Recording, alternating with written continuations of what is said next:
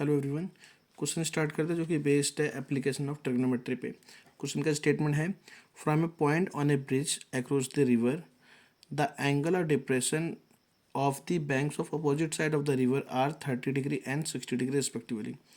इसने बोला है कि एक पॉइंट जो कि ब्रिज के ऊपर है, जो ब्रिज रिवर के ऊपर है, नदी के ऊपर है, तो उस पॉइंट से angle of depression of the banks of the opposite side of the river are 60 degree. तो उस पॉइंट से जो एंगल ऑफ डिप्रेशन है उस नदी के दोनों किनारों का अपोजिट साइड जो है वो 30 डिग्री और 60 डिग्री है। If the bridge is at a height of 4 metre, अगर ब्रिज की हाइट 4 मीटर है from the banks, then find the width of the river. तो हमें रिवर की विड्थ निकालनी है, ठीक है। तो देखो, मान लीजिए ये हमारे पास ब्रिज है और इसके नीचे से इस तरीके से ये रिवर है, ठीक है, जिसकी हाइट इससे कितनी है, 4 मीटर है। तो ये 4 मीटर हो गया, ठीक है। अब ये पॉइंट है पी, मान लीजिए जो भी दे रखा है, ठीक है।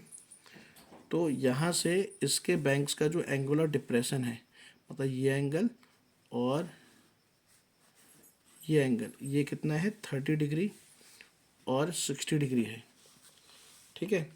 तो हमें विड्थ ऑफ रिवर निकालनी है। विड्थ ऑफ रिवर मतलब आप समझ गए होंगे, ये इसको ए बी सी मान लेते हैं। तो आपको ए सी और बी सी निकालना है, इनका सम निकालना है। इसको एक्स और वाई में मान लेता हूँ, चलो ये हो गया एक्स और ये हो गया वाई मीटर, ठीक है।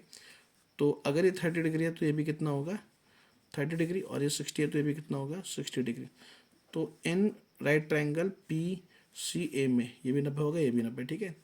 तो in right triangle P C A में परपेंडिकुलर अपॉन में बेस पी सी अपॉन में A C is equal to tan 30 होगा, ठीक है।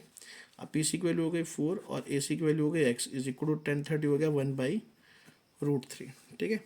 अब क्रॉस मल्टीप्लाई करेंगे तो यहाँ से 4√3 इज इक्वल टू आ जाएगा एक्स। तो एक्स की वैल्यू आ गई 4√3 मीटर, ठीक है। इसी तरीके से जहाँ भी सॉल्व करेंगे, in triangle P C B में, right triangle P C B में पी सी अपॉन में C B is equal to tan 60, perpendicular upon base is equal to tan 60, ठीक है। तो हो गया 4 अपॉन में वाई इज इक्वल टू √3। तो यहाँ से 4 इज इक्वल टू √3 वाई और y is equal to 4 upon में √3, ठीक है। इसका रेशनलाइज करा लेते हैं, √3 अपॉन में √3। तो वाई की वैल्यू आ गई 4√3 अपॉन में 3 मीटर। ये हमारे पास आ गई वाई की वैल्यू, ठीक है। अब हमें निकालना है विड्थ। तो विड्थ ऑफ द रिवर क्या हो जाएगी, x प्लस का y। x की वैल्यू है 4√3 प्लस y की वैल्यू है 4√3/3।